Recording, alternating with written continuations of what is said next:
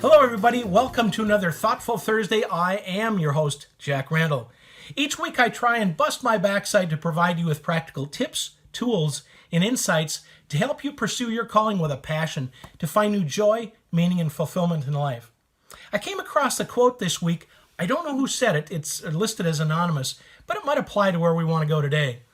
It reads like this: "It sounds like life is calling you to do something big, and you haven't picked up the phone." Can you identify that, or do you know of somebody who can identify with that? I want to ask you a question. You ever been to a public meeting and you want to hear what the speaker is saying and somebody's cell phone goes off? It's really annoying. Well, somebody on the internet got real creative, and I want to share this with you. And it applies to a church setting to help remind people, turn off your cell phone.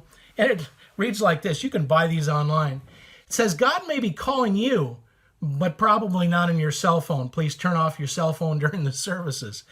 Kind of a neat little sign, kind of humorous, but I think it also applies to us. How might God call us? Does God call each of us? Yes, absolutely he does, but probably not in an audible voice, a cell phone, or a bright shaft of light from above. It'd be a lot easier if he did it that way, but probably not the case for most of us. Although I do remember a couple guys. One guy called from a burning bush, and another guy got blinded by a shaft of light. But that's a story for another time. So last week we looked at how might you know if you're being called? What are some of the signs? This week I want to look at by what means might God use to call you, or what might he use to get your attention? What are the means? What are the means? So we talked last week about those gnawing feelings, those feelings of longing, those feelings of heaviness, those feelings of being drawn to something, those feelings of passion, those feelings of a good tired. All those might prompt to say, yeah, that's probably an area of your calling or something you're being called to.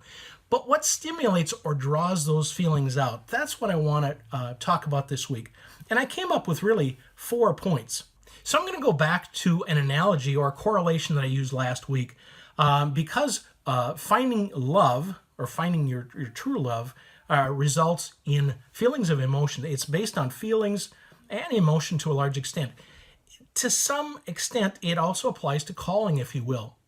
And so it's really about finding your calling. Is it love at first sight? Do you just know your calling? Or do you have to play the field? Is it more of an experience, more of a process that you go through? So join me, if you will. I want to talk about 4 means that we might be called by.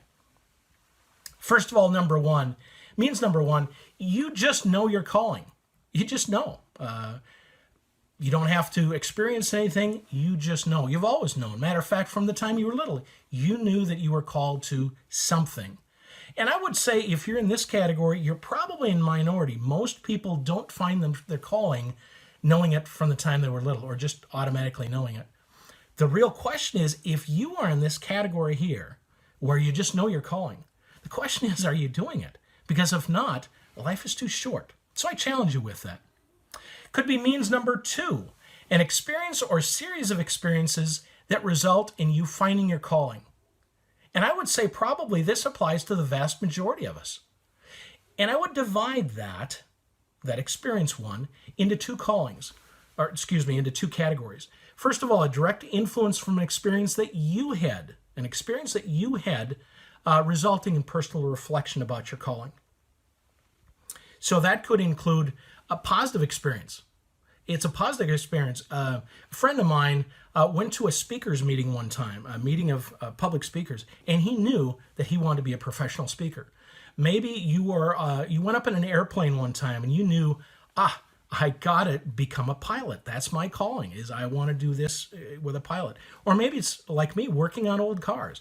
Once I experienced that, fill in the blank, whatever it was, where it's a positive experience, you just knew based on that experience, that's what your calling is. Or another variance on the direct influence and experience that you had would be a negative experience that you experienced.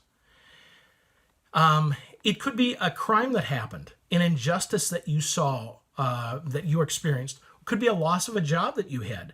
It could even be COVID. It could be an accident you experienced, a bankruptcy, a near-death experience. The list goes on.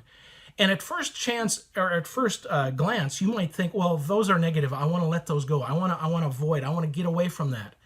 And I would challenge you, don't pass off your negative experience. It could be part of the mosaic of your experiences that are helping you. That was wrong, and I want to help other people so they never have to experience it. Or if they do, I can help them through that. So again, a direct influence from an experience you had, either positively or negatively. And based off of that, it could be an indirect influence from an experience out of a relationship affecting you. Variance on that. It's somebody else's experience, but it's because of your relationship with them. And again, that could be a spouse, it could be a child, it could be a parent, a grandparent, a friend, a stranger. It could even be God himself.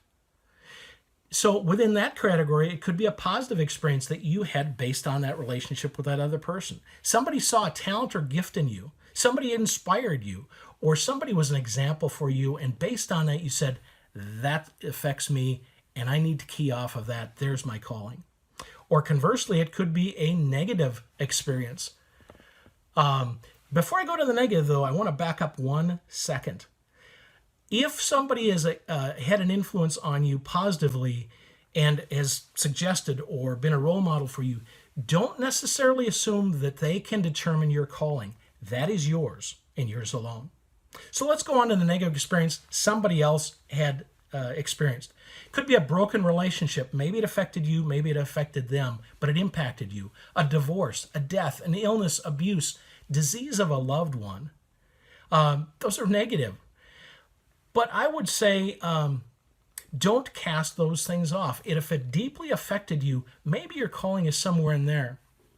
A second quote I wanted to share, a great quote, is a quote by Christine Kane. Christine Kane, and she says, often the very things that you think have disqualified you are the ones that qualified you to do what God has called you to do. It's kind of long, but it's really, really good. I want to say it one more time, because this may apply to some of you that are listening to me today, and I want to give you hope. Often the very things that you think have disqualified you are the ones that qualify you to do what God has called you to do. So maybe that applies to you, and I want to encourage you. So, means number 3, it could be an outright voice. We laugh about that, but I know some people had said, look, I just heard that voice where I was told that's what I need to do. Now, that's probably in a minority too. And if you do hear a voice, you're probably not crazy. But I would seriously say don't rule it out. But on the other hand, I wouldn't spend my life waiting for me to hear a voice or to get a phone call. Or it could be means number 4, a combination of the things I talked about before. Could be a combination of all of those. I would say that notice, validation, and confirmation of your calling is largely based upon 4 things. Largely based upon 4 things. Your personal reflection, your experiences based on the relationships that you've had, and most of all, your relationship with God. So as I close today, how about you? Yeah, I'm talking to you. How about you? Do you make time for personal reflection, or is your life too busy? If it is, maybe you're too busy. Or what can you glean from your life's experiences, good and bad, as well as the good and bad experiences from your relationships? How might they be guiding or shaping your calling? Or my last question to you, how is your relationship with your Maker, your God? Have you even consulted with him? If so, or if not, I would start there. If you actually take the time to analyze the answers that you just gave to those questions, you may well have the answers to your calling when you think about it. If I can help to answer any of your questions, please go to my website at manandwindmill.com and hit the contact button. I would love to hear from you. Remember, if you know your Maker, the best is yet to come. See you next week. Take care, everybody.